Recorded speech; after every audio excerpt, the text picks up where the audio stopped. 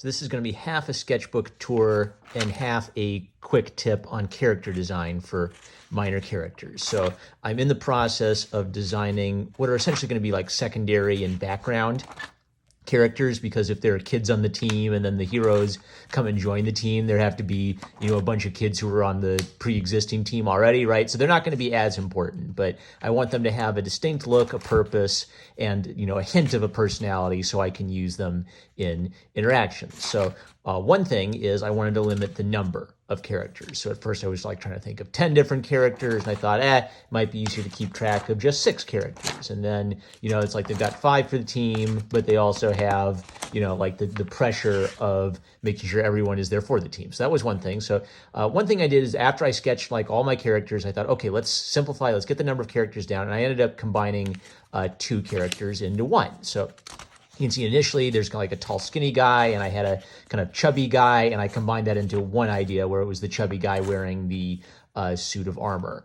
Another fun thing is if you don't know what to use, grab a bunch of just old OCs or random characters from your sketchbooks and rework them. So the 3 incidental characters are actually based on little cartoons I drew when I was a little kid in a comic strip I did for my church newsletter. They would just be like 3 goofy kids who would run around and get into trouble, and it'd be gag a day. So I repurposed their designs for my graphic novel.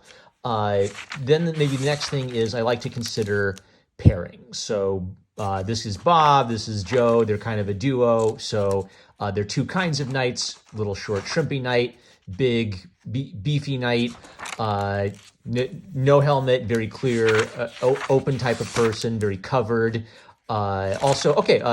Design inspiration. So I was thinking knight. So I was thinking, okay, the English cross, what can I do with that? So I divide the English cross. There's the, I'm failing on my British history, but the UK cross is combined of the red cross and the blue and white St. Andrew's cross. That's it. So I took those 2 elements and divided them into each character to give them a strong visual element, but also have them be somewhat related. So look up historical sources of different helmets, mix and match until you get what you want to do. I'll talk about this real quick. So for this female character, I wanted her to have kind of a nastier edge to her. She's more of an antagonist, and I always like to have a historical element in my character's costume. So I found a great illustration of Boudica, the Celtic, female warrior, and I used that to get color ideas and simple costume ideas. I kind of do a similar thing for animal characters that I do for human characters. I do a lot of mix and match for human characters. So for animal characters, I'll just draw a bunch of animals, and then I might find traits of 2 different animals I like to combine together into one thing. Sometimes I have just like an idea, like Sparky here will just pop into my head. I'll say, oh, that's perfect. I don't need to do anything.